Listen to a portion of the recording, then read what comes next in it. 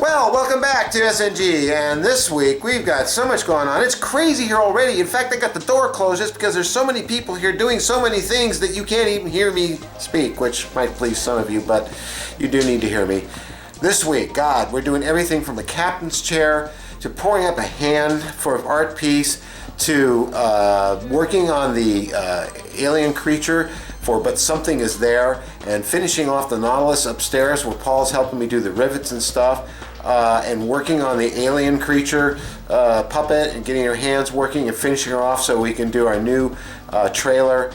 I've left something out somewhere. Well, let's get on with it because it's a great week and it's going to be a lot of fun. So here we have the very talented Paul helping me finish this Nautilus, and he's making marks, and we're going to approximate the rivets that have already been done on this model up top and put them on the bottom because they did not include those. I've also puttied in a gap here, which I'm going to sand down in a minute, and we're going to get all the rivets on this hopefully today and be able to paint it. That's the hope, and not paint it today, but we will most certainly start painting it tomorrow so that it will look like that. And over here we have Giselle, and she's working on her life mask. And it's getting to a point now where we should be able to mount this on a back plate today and then be able to start pulling sections off of it so I can start sculpting the actual overlapping prosthetic appliances. And over here, John is working on Barbara's hand mold, and you can see the jacket or glove, as we would call it here, with all the detail and everything. And there's the case mold for it. And we're about to pour one out of 2-part plastic. And what else is going on? Over here, yes, over here are all the parts, at least all the molds necessary to make the captain's chair. This is a board that Randy Newbert, we got from Randy Newbert, that will be used to make all the wonderful sounds. And what's nice about this board, Blue, is that, and I know you're watching, is this just takes regular pen batteries and they can be replaced at any time. And this has got a very powerful amplifier in it. We can hook up a couple speakers in there. You're really going to be able to hear it. And of course, here is the back plates for the, you'll recognize these, I think. They go here, this one here, okay? And the other one's for the other side. So we have amassed most of the stuff we need. LEDs are upstairs. These are all the tints necessary to tint this resin here. I'm not using polyester like they did. This stuff is much better, and we'll get a really nice clear little, I forget what you call those things, but the little clear amber, yellow, green, and blue, and red buttons. These are the molds for the bases. These are the molds for the actual switches on those classic 60 switches. And these are the rocker switches and the rocker plate for these to go into. And this, of course, is the COM right here, mold for the COM itself. So all important screws here. And we're putting it together because I like to use drywall screws to put everything together. And if we go back in here, and I'm kind of flying around because I got a lot of people here today and I got to show them things to do and keep them busy. But right here, I've got this here, and I have this folder, one that many of you asked for, but I've got all the plans in here for every single part of this, thanks to Keith. Let's see, preview. Keith Marshall, wonderful, wonderful man, and who put in so much work into showing how this chair gets built, and built accurately, not the way some of them have been built out there. This has everything in it you need to do this. That's just for the Madison chairs, since you can't find them anymore.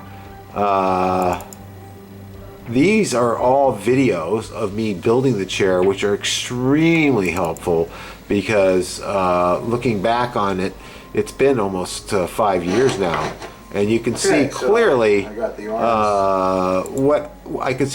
I did to get this chair built. So that's really handy. So there's one arm shaped. Yeah, there's so much here. Okay, another new day. You can see how much heavier I was back then. I'll tell you something. Okay, so I got all that stuff. I got stuff on Burke's chairs in here too. So here Giselle is getting, you see that there's water-based clay underneath this life mask, and it's to kind of level it up so that when we pour the round base for it out of Ultracal, which will come around here, it will go like to there, to there, to there, and it gives it a nice supportive base. So what Giselle is going to do next is put plastic all the way around it. I think I need a bigger one. Yeah, you're going to need a bigger strip. And we need to cut it down. We're going to do that. John's got this mold all waxed up now so that we can put it back together into its jacket here. It's some other supporting mold, and we're going to pour some resin in this and get a handout here after lunch. So that's great, John. We've got the McGuire's wax on it just in case. It's perfect. Some leaks out, which it will through the slit. It doesn't, the excess that comes out will chip off really easy. So as usual, we build a plastic wall around it, and we can pour the Ultracal inside there and have a nice base on it, right? John, you got that? Okay. All right. So we'll mix up some Ultracal next and put it in there. So in here we have Paul making marks as to where, and we're going to dot rivets with the fabric paint either side of that. So yeah, there's quite a lot of detail going on the underside actually, more so than the top. Right. So just trying to. Yeah, we're going to keep it simple though, because it's so simple on this compared to mine. Yeah. Any rivets will be very good since it doesn't have any. So we've been busy bees, and John just poured up his first shot at doing polyurethane BJ. This is BJB's. It is BJB, isn't it? Yeah, it is. Polyurethane resin, 2-part. It's really nice stuff. I get it from Berman's. You can get it from anywhere. You can get it from Alumilite. I really like a lot, but it's basically the same stuff.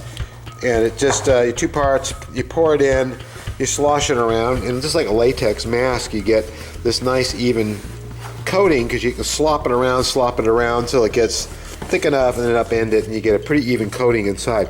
We wanted this to be hollow, so it's lightweight when she attaches it to her painting. And I've done this making garage kits and model kits and just about anything with this stuff.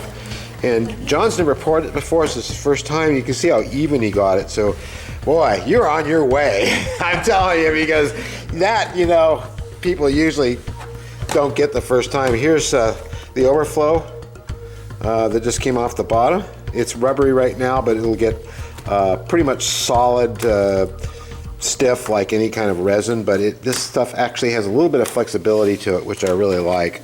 Great job, John. Way to go. Yeah, everything's yeah, well, we'll pop it out of the mold here in about an hour. So, and Giselle over here has got her back plate just about done. Yeah, that's fine. Yeah, that's good now, actually. I think it'll be fine. So you'll be able to release this in a little while as soon as it starts to warm up. So, and Antonina is taking notes on everything, which is really good. Over here we poured up just a test run of some Star Trek parts, which I'm going to open up right now. These are the rocker switches. Oh, that is not a good sign. This mold is definitely compromised. It's old and brittle, and I think we got some pretty good buttons. They look okay, which is good because this is the full set. We can even push that back together, see, and still use the mold. So those came out really good. Once they're painted, everything will be fine. And then let's see what we got here. We got a bubble in there, unfortunately, but this was a test anyway. These are for the bases on these. Who wants to pop these open? Come on, I know you guys want to do it. You got to flex the mold, but be careful in case this mold's old. So we're opening the mold. John's taking off one half from the other. There we go. Oh, we got the top side off, and then we're going to pull the hand out. No, they'll be all right. They're really strong. Get it out of there. The thumb's what's holding it now. Just press hard. The material's still flexible right now, and it has a memory. So there we go. And now we just peel it open. There we go. And just like that.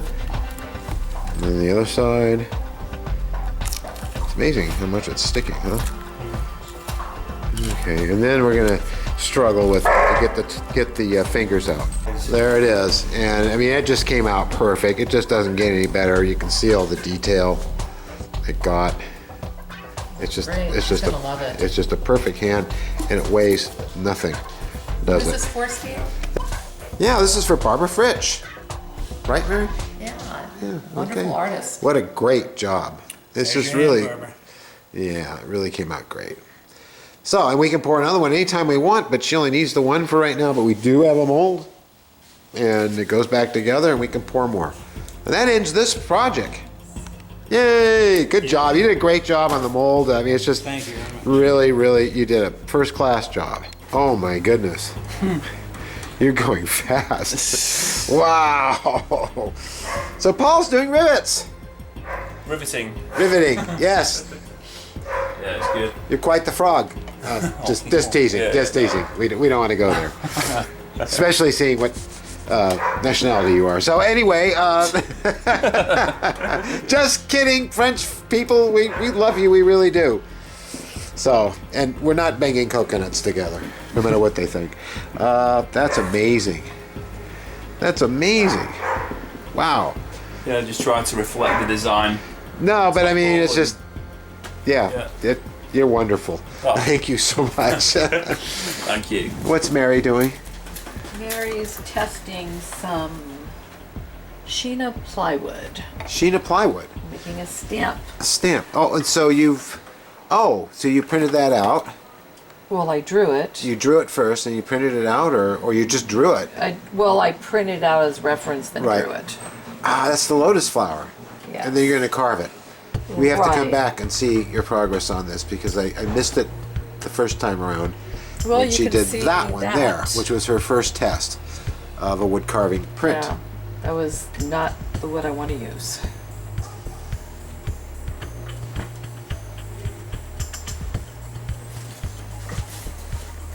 And so you're going to start carving now? Well, right now I'm using a knife to carve out the design, so when I start carving, I won't go into the black. Oh, okay, I get it. We'll come back and check on her progress in a while. And this man as well, he's a lunatic. I mean, look at this. I left a few minutes ago. I come back and the whole side's got rivets. I'm so happy. So I started thinking, wouldn't it be cool to actually make these work? And I know Adam, Mr. Savage with the Squishy Ducks, did that, and I started thinking, and when I go on eBay, maybe I can find some of these that actually work, and I did find them. I found some that at a starting bid of $134, and they were right color and all that kind of stuff, but it seemed a little high priced to me. So Antonina, who's backlit right now, said, let me go on the internet and try to find, I know what you want, to find something, and she did. She found these, and they are the original switches that they had back then. See? And of course we don't need the frames to mount them with, but that's okay. These are the real deal, and they work, which means that, Lou, your chair is going to be able to have those work and not just be dummies, and so is mine, because if I get my finger out of the lens, because I got 10 lots, and you get 2 each, so that's enough for, more than enough for both our chairs to make more neat noises and do more cool things. So that's what I'm getting. Thank you, Antonina. Yeah, isn't that cool? And I had to make sure that these were the right size, and I did that by going against his tape measure here and comparing my tape measure against this, and they're the same thing. Obviously, my friend Bruce made a mold off the real thing, so that's excellent. I bought this Sheena plywood from McLean's printmaking supplies, and this stuff cuts like butter. It took me almost 3 weeks to do that, and I started this 15 minutes ago. Wow. This stuff is incredible. Wow. It just cuts like butter. That's Wonderful, so cool. wonderful. And this wood is what this is intended for. This is exactly, and it's called Sheena plywood from McLean's printmaking supplies. They sent me these samples. And you're using the samples, and And the lab is great. They're fabulous. And that's a lotus flower. It's so cool. You carved out all that already. Yeah. Now you're going to have the whole thing done today, practically. Exactly. Wow, that's so cool, Mary. Yeah, it's pretty good stuff. I can't wait to see the final result. Thanks. And then over here, we have the madman from merry old England, or sunny England, or whatever you want to call it. Sunny everywhere these days, since there's no global warming. Anyway, I digress. Wow. Don't worry about the Hershey's Kisses effect, because they kind of level. It's somewhat self-leveling, yeah, but that looks absolutely spectacular. That's really, really good. I think it'll be good once we paint over it again. Oh. Probably file down some of these. Nah, you don't have to file. No, they won't file. They'll if you take sandpaper to them, they'll come off. Okay. You can dab it down. Yeah, but it's okay. By the time they're painted, they're gonna look great. That's terrific. So here we are back at SNG on a Tuesday, and Paul's doing more rivets. What a surprise, Paul. So hopefully we'll get these all on by the end of the day, or at least very close to it. I think so. You think so? We should get most of it. I really like your attitude. Yeah. Okay, cool. And I got to make some parts that do not exist for this model. There's all these little bits that go here. There's a part with a corkscrew goes in there. I'm going to see what I can come up with here in a minute and do that. Yeah, lots of things going on here at SNG. Antonina is doing tests with Super Baldies on 2-part Alumilite polyurethane resin. We're going to see if we can get this stuff to release before we run some Spock ears. And over here, Giselle is going to make a front face life mask off her life mask that we worked on. As you can see, we're getting just the front part of it. Then we're going to get the head cap, because we're going to make 2 appliances that overlap to make this alien face for our film, our TV series. And then over here, as I was starting to say before I ran out of memory, yes, how did I cut that chair that you see and all love, the Captain's Command chair? I did it all with a jigsaw. That's right, a jigsaw, and a lot of flat sanding, and it was really the hard way to do it. So we have an actual table saw now, so I can really cut this the right way and get all the parts straight, because we got the nice fence there. And Lou, I know you're watching. Here's all your wood, and we got you some really good wood to do this chair, even better than what I use. This is all finished ply that's sanded, very smooth, ready for paint already, very, very fine ply. Then this is for the base, this plywood here, which is also very smooth on this side, not so much on that side, but this side is the side that's going to face outward. And we have the particle board that is used for the Madison chair and also for making the pillar, the support. Down here, we got some of the really good redwood to make your arms out of, and of course this gets stacked and glued together, 3 of these, and then the parts cut from that and sanded and shaped. But we wanted to get you really good wood. I just used white wood or pine on mine, and you know what? You deserve the best. And here is, these are the 2x2s for supporting. That's pretty much what goes into building the chair, although that does not include the foam, the electronics, all the parts we're making up. and not to mention the upholstery, which is not too bad. Over here, we've got, here's your faceplate for the, which reminds me, I gotta look for that Fender speaker grill. This is the comm. This is the mold for the switches. Here are the switches, but as you know now, we actually found, thanks to Antonina, the real switches that will actually work. So we're gonna have functional switches. We won't be using these. These are the buttons, and you can see how beautiful those come out from Bruce Boyd's molds that I purchased from him some time ago. So we have plenty of those.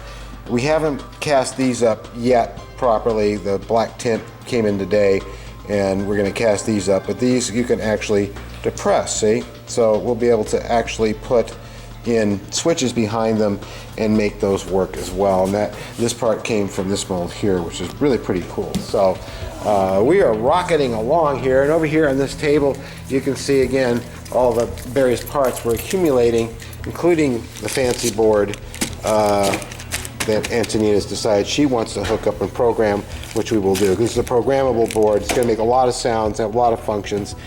So we are going to be starting to cut wooden parts tomorrow for the chair. At long last, I know you just started us on this Friday, Lou, but we like to move fast. Besides, we got a deadline, remember? And so here, this is filled in now, and which it wasn't before, because we had to cut this hole. This is where our corkscrew is going to go. And wow, Speedy Man Paul himself is continuing going on with these.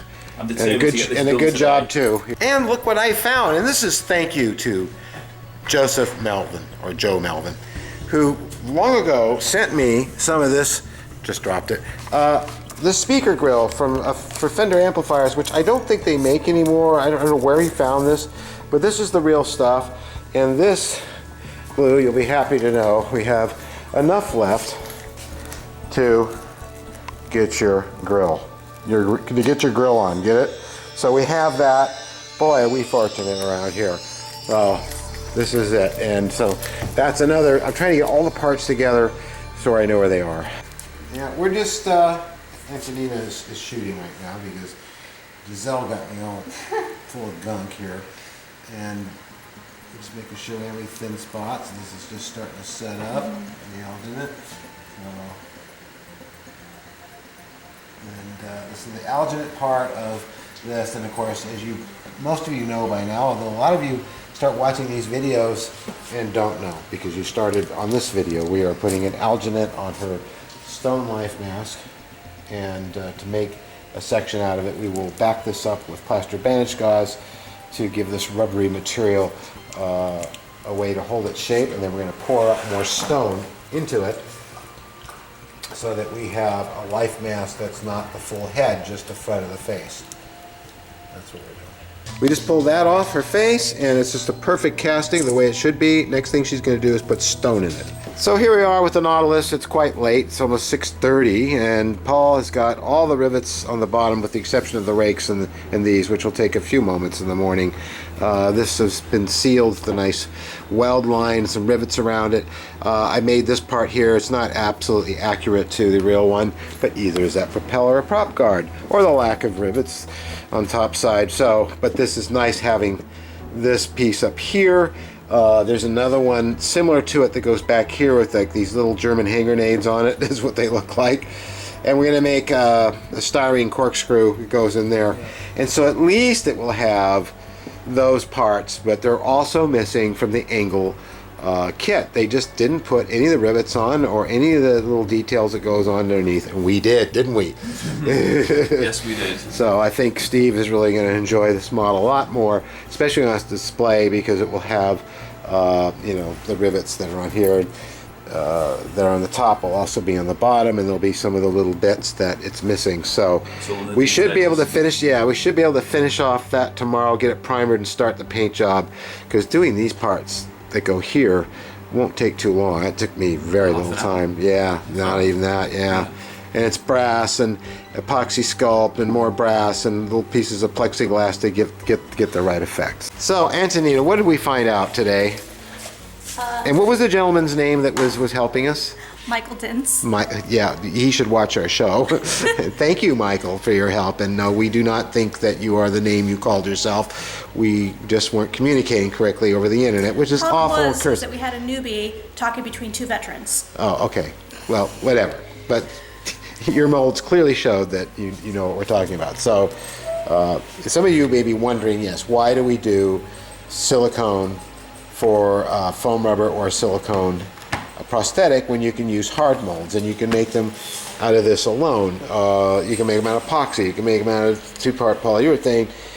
You don't have to even use ultracal anymore. However, in the case of this, we are getting a one-piece ear out with no seams. The old style mold making technique that we used on Star Trek the Motion Picture and many other Star Trek movies is that in order to get the ear off, the foam rubber ear off, you have to have a three-piece mold. One with the actual ear, apart from behind, the foam goes in, we bake it, we open it, this part comes off, you can see the ear there, there's a little bit of flash here, and then we wiggle this part off and we pull the ear off. Makes sense? Does to me. Then you have to burn away the seam, and we didn't want to have to do that anymore. We don't want seams. So as far as I know, on the first Star Trek movie, the J.J. Abrams movie, my friend Rob Freitas did the molds for those prosthetic ears, and he showed me how he did it, and this is how they did it. They had a silicone mold. The actual mold for the ear sculpture is in silicone because it's very flexible, and you can pull, let's see, this one goes here? Yes.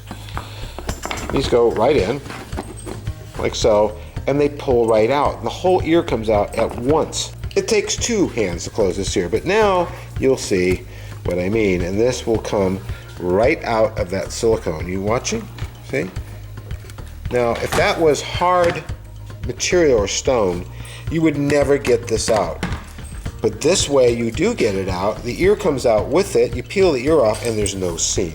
And I've done this many times in the urethane castings, but we're using silicone. Urethane meaning that we use a urethane elastomer and put that in there, which you can stick to people and you can paint very easily. And it works great for years, but I want to do it silicone this time for Paul and for Star Trek Phase 2.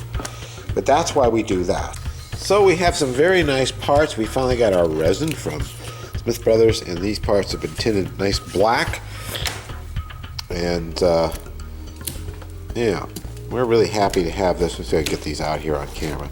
It's so much fun to see parts come out of molds.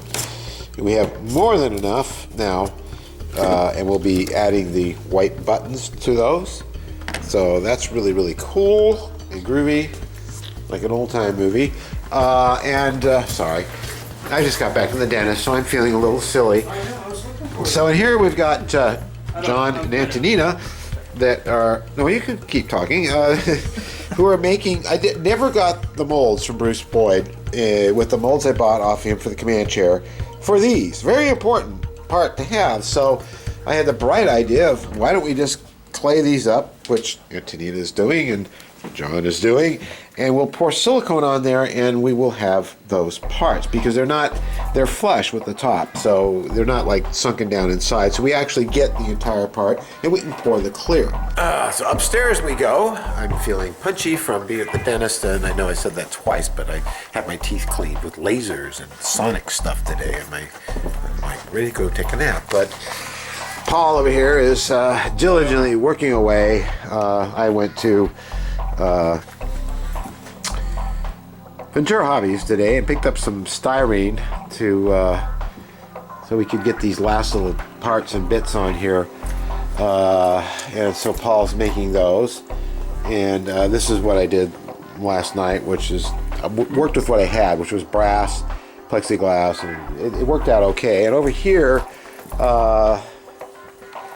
I'm making these, which you have to make out of brass. And then, of course, they go here. I got one sort of made. I got to solder it. They go over there. I got to put the arms on it. So, unlike Jim Key model from Custom Replicas that have cast metal parts that look just like the real thing, they want you to do this out of brass that they provide. and just do them out of brass. Okay, so here you see they built two lovely little boxes. Lovely, lovely, lovely. And we just barely have the clearance around there, but it'll be okay because of the edges of this are so good. This is better. This will be good. These are at least sketchy, but I think you see because we don't have a lot of space between that and the outside, but it's the shape of this piece that creates that situation. So basically, we're gonna go get the silicone and mix it up and pour it in here. Sounds good. It's a perfect job. So here we are on a lovely, happy, rainy day, making happy silicone. John's mixing up his first batch of RTV 1065 silicone from Berman Industries. 1065, right? Wait. Here's, yes, the 1065. 1630 is the urethane. I get them backwards sometimes. Anyway, he's going to mix it up rather thoroughly and until it's a nice all creamy blue, and we're going to dump it on my chair. Enough of that one. Yeah. Yeah, there you go. We got some silicone in there. I'm sure that's enough, don't you think? Yeah. Yeah. Touch it? Okay. Whoop. Oh, I like touching it. Oh, just a tiny bit more. Tiny bit more? Tiny bit more. It may be that we are actually going to need more for the other side. I don't know. And there we go. We shouldn't get any bubbles with a mold like this because all the bubbles are going to rise straight up. Isn't that nice silicone? It's really nice stuff. You can tell that Antonina has poured silicone before. It's very clear. Very obvious. Hopefully that'll be enough for that side. It might be. If not, we'll have to add another 100 grams, but I'd rather underuse it than overuse it. This stuff is expensive, folks. We're talking $150 a gallon, 400 and something dollars for 5 gallons, so whatever the something is. So what do we got here, Paul? We've got here what look like German... Those are German hand grenades. Hand grenades. Yeah, they do. Or transistors. Transistors? I don't know. I don't know. Outside the boat? Probably not. No. But yeah, this is what I'm making here. If you can, right. camera can see that. Yes, you can. That's on my boat. Yeah. Which is studio accurate. I don't know why it's showing those white things there. It's like paint came off. But anyway, you can see those parts are missing from this boat here, and as these were missing, as where the screw is. We're going to come up with something for that screw tomorrow that goes in there. We're going to make something out of styrene, some twisty, screwy thing. The whole thing's screwy. But over here, what I have been driving myself mad with is doing those, because they have you make them out of brass. That's the brass they gave me to do it with. That's what came in the kit, and they want you to do that. It wasn't really terrible. It wasn't really easy either to get to solder this right, and I still have a little bit of filing on those to do, but there, we'll get it in camera. I don't know, but they look okay. So here we go. You can see these are just temporarily pushed in for now. You can see, and that's how those fit in there. I have to get some tool dip tomorrow because there's a lot of area where you can get corrosion on the terminals. I'm not sure what they're thinking of. They put it in this big solid piece here. So, but that will be tomorrow. We'll get the lights in. You can see here how they left these contacts just untreated, and that will get corroded by water, and these will just break off over time. So I'm gonna have to put tool dip or silicone over those, probably tool dip. So it's Thursday at SNG, and we're printing off the plans, those plans for that chair that we're building for Lou Del Maso. Yes.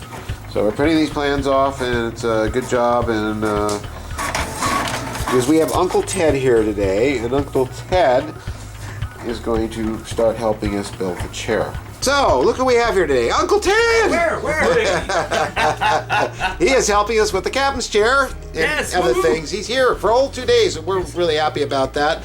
And one of his first missions was to go out and find a corkscrew so that we could get this in there. So it was the only way we could figure out to get something that would be remotely correct to what was missing. So, and it's not bad. I'm happy with it. I can see some things I'm going to pick out when it hardens. There's got some epoxy sculpt on there that needs to get hard. This was epoxy sculpt too, and it's hard as a rock. And Paul here has made our little German hand grenades and the pipes that go there, which look fabulous. So we have these parts on now as well. So we're like at a point where we can actually primer this bugger, huh? I think we're pretty much ready to go. This is actually starting to get hard, this stuff. Good. So here we go, Lou. Uncle Ted is officially starting your chair over here, and we're starting with... it's going to be small, Lou, but it's going to look good. I'm just, you know... Well, lose 5 or 10 pounds. I can fit my foot in that. Anyway, he's going to be enlarging that all up to cut that material over there into the... You're going to make us our kit. So, over here, Antonina has been working with Easy Cast, clear casting epoxy, which is an incredible material, really, because if you do not have a evacuator and a pressure pot to remove bubbles from clear resin, which is really hard to do without them, you use this stuff. This stuff is it will degas itself, and as you can see, there's not a bubble in this stuff. I mean, it is so clear. Of course, she's tinted it with the tints. You've done a magnificent job, Antonina. This is the first time you've ever worked with this stuff, right? I've worked with this stuff like for several years and never got it this good. So what's going on, guys? Hey, how you doing? I'm doing. We're measuring wood, getting ready to cut. Measure twice, cut once. Oh, okay. I thought it would. Okay, yeah, you're right. It is. And I see that you have marked off the beginnings of the base. Yep. And we also I know it marked well. off these chairs. Very good. And so far we have enough wood? Yeah. Good. I got something right. Oh, very good. So Paul and I have been working on this and getting the paint job on, and I think we got a pretty good match, don't you, Paul? I think we've got a very good Yeah, match. it's hard to see here because it's very dark under here, but the camera's lightening it up pretty well. So we got a good match. I'm just waiting for this paint to dry here, and then we're going to close it up, and that takes care of the paint job, with the exception of a little bit of rust here and there, and we've got to get Elliot's grills on it. So tomorrow we'll fill up the test tank over there with water, and we're going to test the cylinder in it. And Giselle over here is busy making the back plate so we can start the sculpture for the creature, which she's done an excellent job on. And that's about it for now. We'll check back in a few more minutes. So here it is all put back together. The corkscrew worked out really well. We literally used a corkscrew. And Paul's parts look fantastic. They worked out very really happy well. how they've turned out. Yeah, they're good. Oh, good. They're really good. And it's fully painted. And now, of course, we've got to add the moorings, and we got to fix this broken part here, and a few little things. And of course, we're waiting on Elliot's grills. So, but it is entirely painted now and looking really nice. So look who's here again today. I didn't show you yesterday, I don't think. The force is strong with this one. Oh, wait, wrong Wrong movie. Wrong series, guys. Anyways, what are you doing, Uncle Ted? I am building a Kirk chair. Really? Yes. Are you serious? I swear. You wouldn't kid me? Is that what all this stuff's for? Oh yeah, okay. I almost forgot. There. So you're marking off parts. Yes. These, what am I working on? We drew up one of the pedestals yesterday. Right. And today... And we're gonna have to actually cut that on this and then cut the circle with the jigsaw, huh? Mm-hmm. Yeah, okay. So anyway, you're saying. And my partner in crime has been a tremendous help. Oh Anyway, yes, Antonina. Yes. And we are starting to lay out the box that the Madison is going to sit on. So this will be the bottom of the great cradle. Right, okay. Yes. Cool. With any luck, Cool. tune in for Blood and Sawdust later. Yes, absolutely. And thank you so much, Uncle Ted, for coming up here. We know you're going to move back here very soon, so Yes, we're going to so see write to more my of you. wife. Yes, you hear that? Dear Uncle Ted's wife. Everyone write to his wife, a lovely lady named Ivania, and tell her that you want Uncle Ted to come. He was born and raised here. Yes. His folks live right here. So he wants to move back. And if he moves back, he'll be over here a lot more, because I know you all miss him. I certainly do. Yes. And we know who else does. Notice the ball. So, yes. So, send your email to where? Move Uncle Ted soon. Move. TonyVanya.com. Okay. You know what? You better start that Google address today. All right. And so what are you doing, Giselle? Yeah, the back of my head. Okay. Cool. So that we can have that to sculpt on. Yep, since this one's already done. That one came out so good. Isn't that Just great? do the same thing. Yeah. You did an excellent job. Okay. And of course, we know that Rosie's giving support to Uncle Ted. So, up here, we have Paul, and he's working on the Nautilus. Surprise, surprise. We are really going to finish it here in the next few minutes. So, The next 5 minutes. yeah, the next 5 minutes. So, okay, we got. Yeah, we should we're put on the moorings. Yeah, the moorings, the wheelhouse is going to go together, and a couple of little other parts down here, and that's all that's left. Anchors, yeah. And then, of course, Elliot Brown will supply us with the grills very shortly, and that will be it.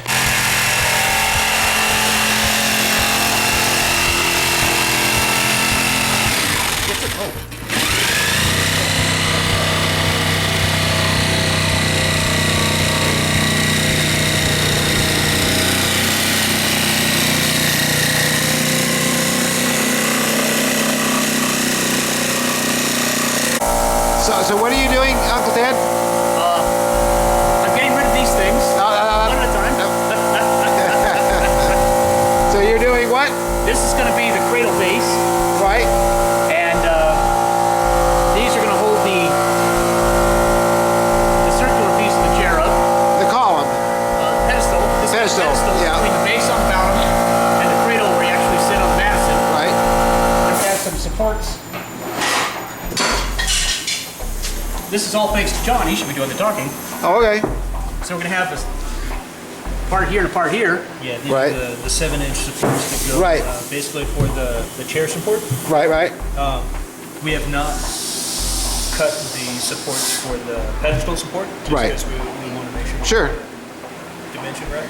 But yeah, basically he's just going to go ahead and cut that. We're going to split this in half so that we have smaller pieces to work with, and then still use Yeah. the jigsaw to cut out the circles. Right. And of course, go to the table saw. Much easier to work with it that way. Yeah, cool. Cool. And so over here, I see you've got some pieces cut.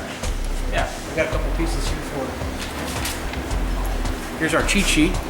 Cheat sheet. we're Cheat cutting- sheet. Cheat sheets? No, cheat sheet. These are Okay. some of the 9-inch pieces. These are some of the 5-inch pieces. And here's the top of the pedestal right here. Right, top of the peasant. So these are the sides, or no? And then under this tarp, we're making Steve 2.0. No. Well, very good. And so, what are you doing, Antonino? I am preparing to airbrush the inside of these ears with some Super Baldies. I made a little solution. I mixed the 99 alcohol with the Super Baldies, so it's thinned out for the airbrush. Right. And I'm going to airbrush the inside of these ears. Cool. Finally, we're gonna get some ears. So, and you got the back of the head out. It looks great. So now, once you mount that on a back plate, we've got everything we need basically to do your prosthetic makeup for, but something is there. Our first pilot episode. Cool. There's gonna be more creature makeups in this we have to do, but this is the first one, so thank you. You've done a great job. How are we doing, Paul? Been a very, very challenging afternoon. Well, yeah, I've been complaining and bitching a lot because things have been going wrong. There was a little window for this that they made. It was beautiful. It fit in there perfectly, and of course it disappeared. We had some lighting go bad. Some of their original lights, I guess these are just old, and they turned orange, didn't they? It is. Yeah. And So really dim as I had to well. replace them with some white ones. The wheelhouse is pretty much all in there now, and it lights up, and you'll be able to see that shortly. I've just glued this down, and it looks pretty on there, pretty good. I'm going to glue this to that. And he's been doing all kinds of really nice weathering and rusting on this, which we'll have to put some clear over, but that looks terrific. Wow, you did a really good job. Thank you. Yeah, typical artist. Yeah. So I guess we can flip this over now, and Yeah, do that. we'll put the top on and then light up the wheelhouse, and we have a look at that. So as you can see, we got the nice green glow inside the wheelhouse. The wheelhouse actually wasn't lit up that way. It was, it was actually warm light in there, but I think the idea here was in the Disney pictures, so it looked mysterious and eerie and monster. I seem to remember a white light. Yeah, but it was green when it was under the water. Yeah, so we want, when he's running this underwater, for it to be a very bright green showing up through those like that, so you can see it. And it's very, very effective. And Paul put all these parts on. I really love the rusting that you've done on that. It's really, really nice. Of course, we need Elliot's grills next. God, I really like all the rust work you did. It's very, very nice. It's kind of places where No, it's wonderful. It really is. Thank you. This is truly, really a beautiful thing now that it's, where it should be. Interesting enough, this would not fit here, and that's where it's supposed to go. So, the whole model's not very canon anyway, so, but I think overall... I think they're actually probably perhaps too large as well. Yeah. It might be a bit too big, but... Yeah, but it looks great. I'm very pleased with it, so... Step back here. You can see how green it is, and how the frog eyes really, really glow nice, so... Got a little light leak under here, which I'll have to get with some of the fabric paint. That looks great. Yeah, really good.